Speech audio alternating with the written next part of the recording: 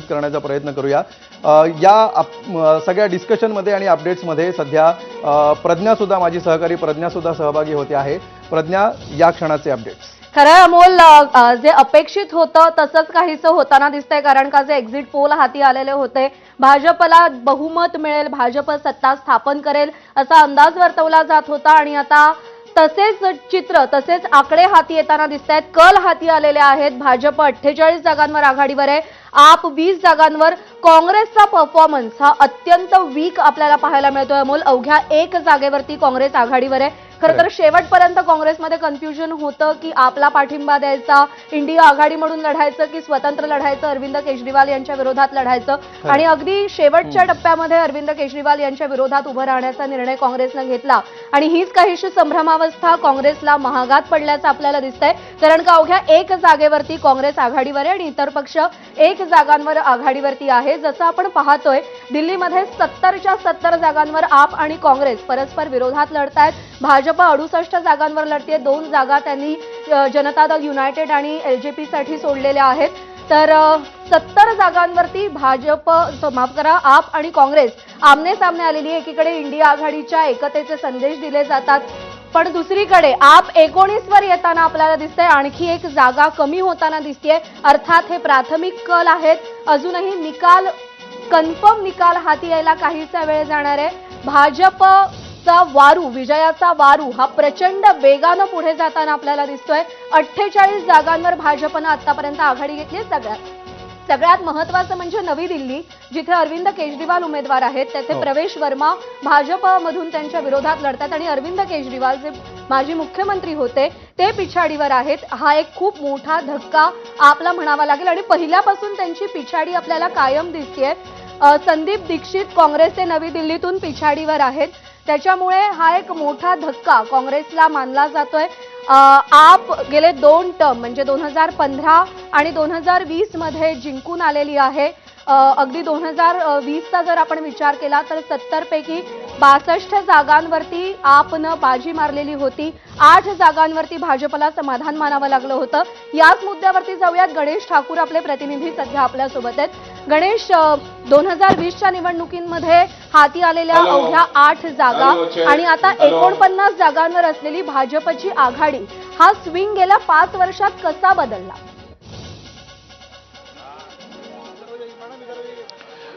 बघा, 5 वर्षापासून भाजप आणि खास करून दिल्ली भाजपचं काम इथे सुरू होतं। त्याने बरेच असे बदल केले, डोर टू डोर कॅम्पेन केलं, आपला वोटर इंटॅक्ट करण्याचा प्रयत्न केला आणि जे आपले वोटर नाही आहेत त्यांनाही आपल्यासोबत जोडण्याचा प्रयत्न केला। परिणाम स्वरूपी आता 15 ज्या मुस्लिम बहुल मतदारसंघ आहेत तिथे 7 जागांवरती भाजप आघाडीवरती। हे कधीच झालं नव्हतं आणि जसं आपण म्हणतोय की फक्त आपल्या वोटरला इंटॅक्ट ठेवण्याचा नाही, जो आपला वोटर नाहीये, जो आपकडे वळलेला आहे, जो काँग्रेसचा होता, त्याला देखील आपल्यासोबत जोडण्यामध्ये भाजपला यश मिळालं आणि 2 जागांवरती बहुधा मार्जिन जे आहे, 2 मुस्लिम बहुल जागांवरती तिथलं मार्जिन जवळपास 5000च्या पुढे आहे। म्हणून हे मार्जिन कापणे खूप कठीण असेल आणि त्या भागांमध्ये जिथं मायनॉरिटी वोट बँक मोठ्या प्रमाणात आहे आणि हेच आपण म्हणतोय की मागील 5 वर्षांमध्ये भाजपनं जे काम केलं, खास करून दिल्ली भाजपचे अध्यक्ष वीरेंद्र सचदेव ह्या सगळ्यांनी जे काम केलं, त्याचाच परिणाम आहे की आज इथं हा मोठा वोट स्विंग मिळतोय। आपण तिन्ही टर्ममध्ये पाहिलं की लोकसभेमध्ये दिल्लीच्या जनतेनं मोदींना मतदान केलं आणि भरभरून मतदान केलं, पण एक फॅक्टर होतं की केंद्रात बीजेपी आणि राज्यामध्ये दिल्लीमध्ये इथं आम आदमी पार्टी, तो फॅक्टर कन्वर्ट केला, बदललेला आहे। त्यात अनेक गोष्टी आहेत, ज्या स्कीम्स सुरू केल्या गेल्या, ज्या रेवडी स्कीमचं नाव भाजपने दिलं, तशाच प्रकारच्या स्कीम्सचं प्रोजेक्शन। गणेश, आणखी एक महत्त्वाचा मुद्दा, तुम्ही स्कीम्स बद्दल बोलताय, फ्री बीज ची जी आश्वासनं दिलेली होती ती आपनं काही प्रमाणात पूर्ण केली। झुग्गी झोपडीच्या मतदारसंघामध्ये त्याचा इम्पॅक्ट देखील आपल्याला पाहायला मिळाला, पण सगळ्यात महत्त्वाचं म्हणजे 2015 आणि 2020च्या मॅनिफेस्टोचा जर आपण विचार केला तर अशी असंख्य आश्वासनं होती जी आपनं दिली होती, पण अगदी 2025च्या निवडणुका येईपर्यंत सुद्धा आपला ती पूर्ण करता आली नाहीत। हा एक महत्त्वाचा मुद्दा ठरतोय या सगळ्या चित्रांमध्ये, या निकालांमध्ये। अगदी बरोबर प्रज्ञा, कारण आपचा मूळ फोकस होतं की या स्कीम्सला आपण कसं चालवायचं, पण त्या स्कीमसाठी म्हणजे एका वेळेला अशी परिस्थिती आली होती की हे दिल्ली चालवण्यासाठी पैसे नव्हते, म्हणून त्या स्कीम्स पुढे घेऊन गेल्या नाही. पण त्याच्यानंतरही अनेक स्कीम्स आम्ही निवडून आलो तर आम्ही तुम्हाला करून देऊ अशा प्रकारच्या घोषणा केल्या गेल्या, त्याच्यावर विश्वास जनतेला नव्हता.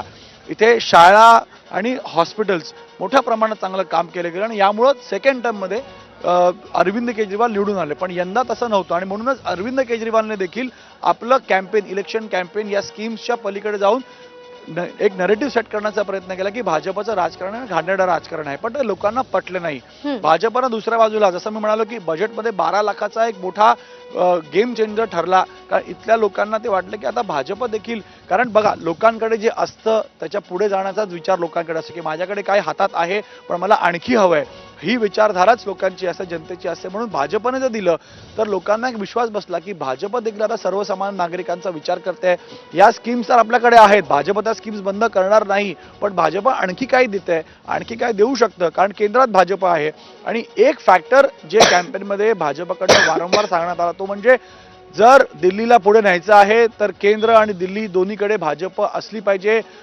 पोल्युशनचा मुद्दा होता, इथं ज्या सुविधांच्या वरती आपण दिल्लीमध्ये निवडणूक लढत होते, पाणी, वीज या मूलभूत सुविधा देण्याच्या पलीकडे भाजपनं आश्वासन देणार, एक विश्वास दिला की आम्ही याच्या पलीकडे जाऊन तुम्हाला तुमचं एक लाईफस्टाईल बदलण्यासाठी बरंच काही करणार आहोत. बरोबर आहे. त्या म्हणजे मॅनिफेस्टोमध्ये दिलेली आश्वासनं पूर्ण करणं हे देखील किती महत्वाचं असतं हे या जे कल हाती येत आहेत त्यातून आपल्याला समजत असेल. अमोल, जर आपण बघितलं तर 2015चा किंवा 2020चा मॅनिफेस्टो आपण विचारात घेतला, यमुना नदी प्रदूषण मुक्त करणं असेल किंवा दिल्लीमध्ये जे प्रदूषण वाढतंय ते प्रदूषण कमी करणं असेल, दिल्लीला संपूर्ण राज्याचा दर्जा मिळवून देण्याचं आश्वासन असेल, ही कोणतीच आश्वासनं आपल्याला पूर्ण होताना दिसली नाहीत.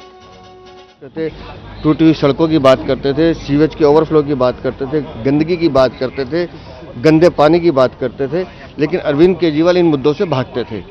वो इस चुनाव को लुभाने की और वादों पे, झूठे वादों पे लाने की कोशिश कर रहे थे. दिल्ली की जनता ने दिल्ली के दर्द को समझा है और उस दर्द का जो निवारण है वो भारतीय जनता पार्टी कर सकती है. इस उम्मीद के साथ उन्होंने माननीय प्रधानमंत्री को वोट दिया. सीएम फेस कौन होगा? देखिए, हमारे लिए ये विषय गौण है. हम पहले भी कह चुके हैं, भारतीय जनता पार्टी का कार्यकर्ता मुख्यमंत्री बनेगा, केंद्रीय नेतृत्व तय करेगा. तर भाजपने आता 50शी गाठलेली आहे. पुन्हा एकदा अर्धशतकाचा आकडा भाजपने गाठलेला आहे. साधारण अर्ध्या तासांपूर्वी भाजपने 50चा आकडा गाठलेला होता. मात्र त्यानंतर पुन्हा एकदा फ्लक्च्युएशन होऊन भाजप 35 पर्यंत आला होता. मात्र पुन्हा एकदा आता आकडे सेटल होताना दिसत आहेत. भाजप 50 जागांवर सध्या आघाडीवर असल्याचं चित्र आहे. सोमेश कोलगेकडे आपण सध्या जाऊया.